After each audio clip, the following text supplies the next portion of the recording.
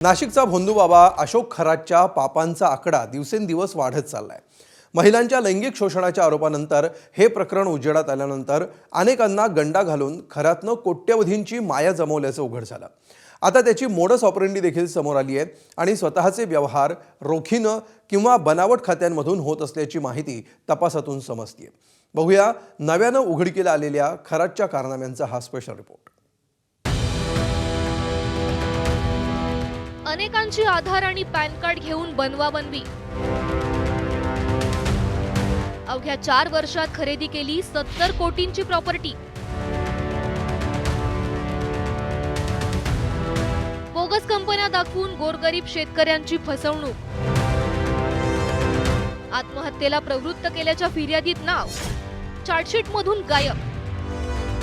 हे सगळे कारनामे एकाच महाभागानं केले आणि तो आहे हाच महाभोंदू अशोक खरात।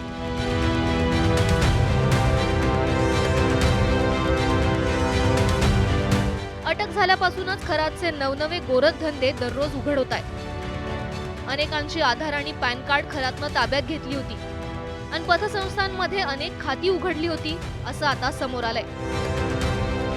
इतरांच्या नावे खात्यांच्या केवायसी साठी खरात पॅन आणि आधार कार्डांचा वापर करत असल्याचा संशय। ही खाती तो स्वतःच हाताळत होता आणि त्याद्वारे कोट्यवधींचे बेनामी व्यवहार करत होता। वेगवेगळ्या नावे असलेल्या अनेक खात्यांना खरातचाच मोबाईल नंबर लिंक केल्याचंही आढळलंय। त्यापैकी एक खातं रुपाली चाकणकरांच्या संपर्कात असलेल्या व्यक्तीचंही असल्याचं समजतंय। खरातची ही खाती असलेल्या पतसंस्थेची SITनं चौकशी सुरू केली असून त्यातून आणखी माहिती बाहेर येण्याची शक्यता आहे।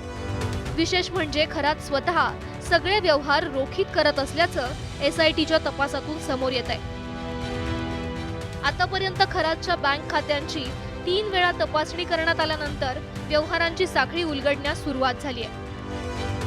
तसंच त्याच्या मोबाईल मधील माहितीही हाती आली असून त्यातून खरातच्या आर्थिक व्यवहारांचे महत्त्वाचे पुरावे SITच्या हाती लागलेत।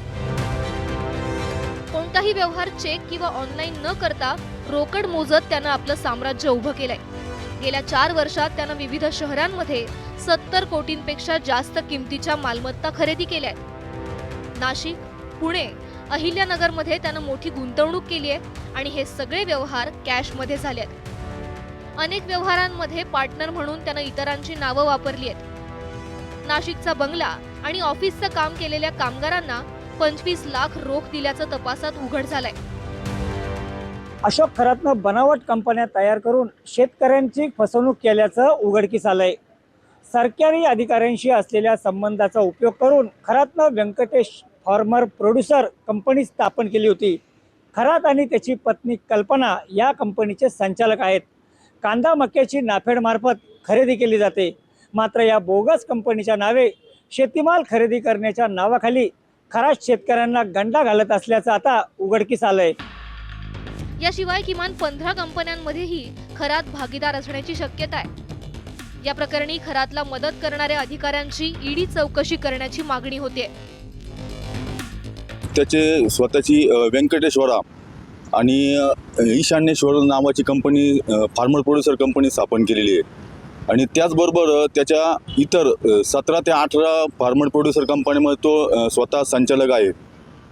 असं त्यांनी या बोगस फार्मर प्रोड्युसर कंपन्या स्थापन करून नाफेड आणि NCCF जे सरकारी खरेदी होणार होती कांदा, मका आणि सोयाबीनची या खरेदीचे कॉन्ट्रॅक्ट मिळवलेत। शिर्डीच्या विकास दिवटे या तरुणानं 2022 साली आत्महत्या केली होती। त्यावेळी विकासच्या सासरच्या मंडळींसह भोंदूबाबा खरात विरोधात आत्महत्येस प्रवृत्त केल्याचा गुन्हा दाखल झाला होता। विकास दिवटे हा साई संस्थांमध्ये नोकरी करत होता।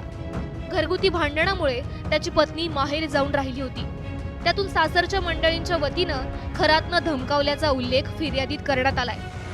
साई संस्थांच्या नोकरीतून काढून टाकण्याची तसंच ठार मारण्याची धमकी खरातनं दिल्याची तक्रार 4 वर्षांपूर्वीच दाखल झाली आहे। सततच्या मानसिक त्रासाला कंटाळून विकासनं गळफास घेऊन आत्महत्या केली होती।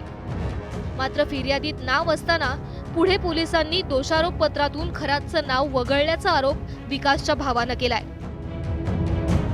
त्यांनी प्रत्यक्ष लिहून ठेवलेलं आहे का अशा रोजी मी फाशी घेऊन मरत आहे.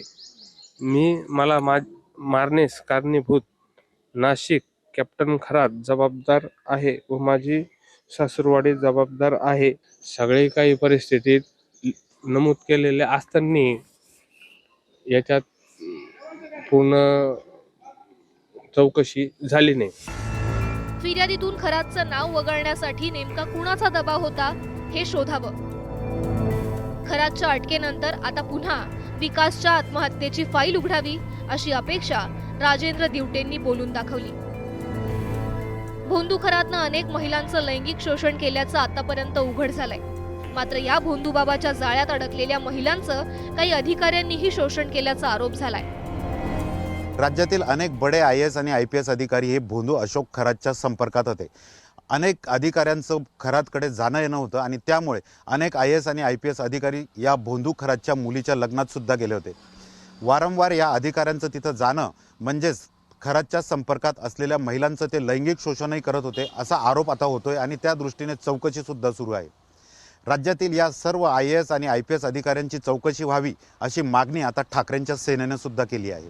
अतिशय गंभीर बाब आहे. राज्यातले जर प्रशासकीय अधिकारी सुद्धा त्या ठिकाणी या भोंदू अशोक खरातच्या त्या सगळ्या बनावाला बळी पडलेले असतील तर ती गंभीर बाब आहे. कारण या आडून खूप मोठ्या प्रमाणात महिलांचं शोषण झालंय आणि राज्य सरकारला केवळ आता भोंदू अशोक खरातचा पर्दाफाश केला म्हणजे जबाबदारी संपली असं नाही, तर राज्य सरकारने मुख्यमंत्र्यांनी या सगळ्या प्रकाराची गांभीर्याने दखल घेऊन राज्यातल्या सगळ्या प्रशासकीय अधिकाऱ्यांची ती नावं जाहीर केली पाहिजेत जे या सगळ्या प्रकाराला त्यांनी खतपाणी घातलेलं होतं. खरातचे एकापेक्षा एक गंभीर गुन्हे उघडकीस येत असताना झालेल्या या नव्या आरोपामुळे अनेक शंका निर्माण होत आहेत. खरातचं साम्राज्य केवळ भोंदूगिरीपुरतं मर्यादित नाही.